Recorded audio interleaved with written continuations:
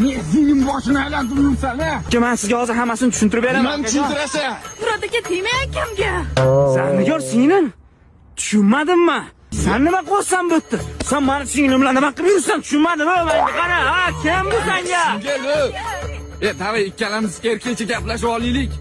Davay chetroqda gaplashib olamiz. Davay. Nimaga akam boshini aylantirib yuribsiz? O'zingiz nimaga akam bilan o'ralashib yuribsiz? Mana shu yurishlaring o'zbekchiligiga to'g'ri keladimi? Assalomu alaykum. O'zingchi. Вообще-то sizga kelinoyi bo'laman.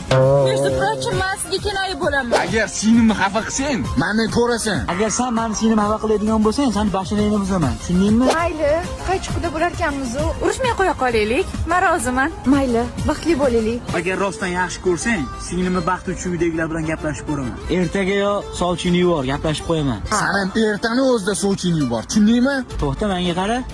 Ikkalamizdan bitta vaqt yuboradigan bo'lsak, uyda odam bo'lmay qoladi-yu. Obedgacha sen yubor, obeddan keyin men yuboraman. Bo'ladimi?